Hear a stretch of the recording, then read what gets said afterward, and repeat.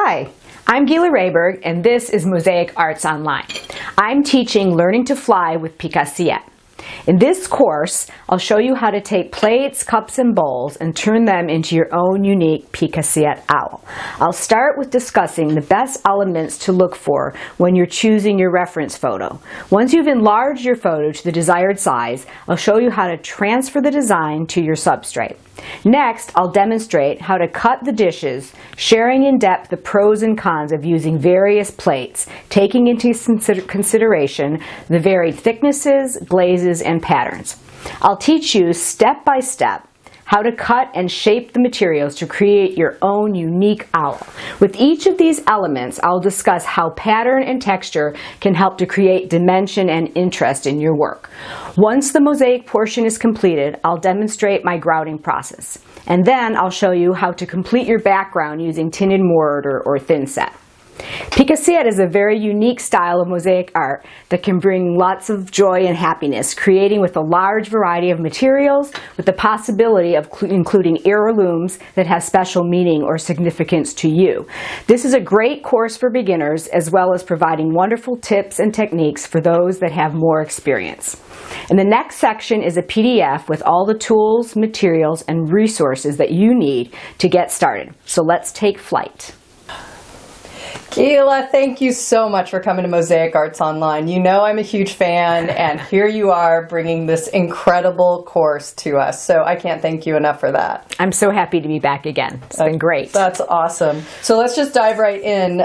What made you choose to do this bird? I mean, here we have both of these gorgeous birds, but can you elaborate a little bit more on what made you choose this project and image? So I do a lot of portraiture with this kind of technique, and portraiture is kind of an advanced subject that a lot of people are a bit intimidated to start with. Right. So I thought, what's a good thing to do for people who maybe are more beginners or haven't used this material before, even if they are experienced mosaic artists but haven't worked in Picassiette.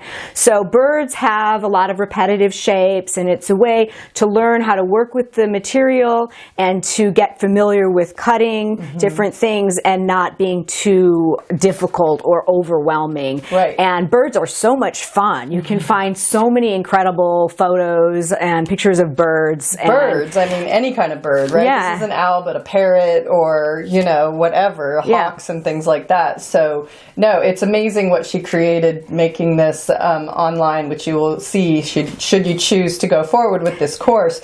But what is your favorite way of collecting the materials? Because we know it's a bird now, but you go crazy here, and I love it. Yeah, so, I mean, the materials are endless. I mean, dishes and plates and bowls. So, of course, I am always going to yard sales. Where I live, they have great yard sales. Yeah. Because there's a lot of military, so people are moving all the time. So, estate sales, of course, thrift stores, and as you do more of it, you kind of start to learn, and I talk about this in the course, of which ones work better, which ones to kind of avoid, that may be real shardy and the glazes come up. So I talk about things to avoid, things to look for, and also one of the things is in collecting that's cool is when you can buy a whole set of something, because then you can really have enough to do what you want to do, or do several pieces that kind of incorporate the same thing. So estate sales are great for that. Like a whole stack. I mean, this might be your aunt's, you know, day china here, but it's because she had an entire set to work with.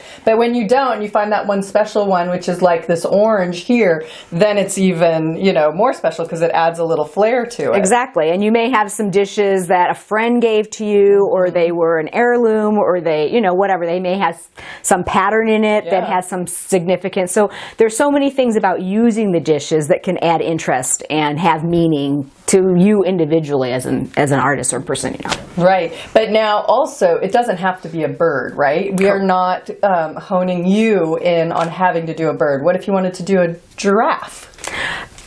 You can take from this course and really extrapolate any animal. I really talk about breaking down the dishes into shape. So everything you do in art, really, and with mosaic, it's all about being able to cut the shapes that you need. So you can extrapolate all the information that I give in this course and make any animal, really. Yeah, and it doesn't have to feel like it's a portrait of your dog. This is more about going to the zoo and seeing the elephant, seeing the giraffe, and really just wanting to have the joy of creating with this material, following Gila, which is absolutely a joy. And it's just amazing what came out of this course. I'm in awe. And this background is such a great technique that I don't think we've used here at Mosaic Arts Online yet. So to learn this technique of how she painted this background is priceless. And there is a part of the course where you can buy the tints that is part of how she did create this background. So I cannot thank you enough for coming back to Mosaic Arts Online. It's great. I'm excited, and I hope you'll join me in learning the course. Yes, thanks.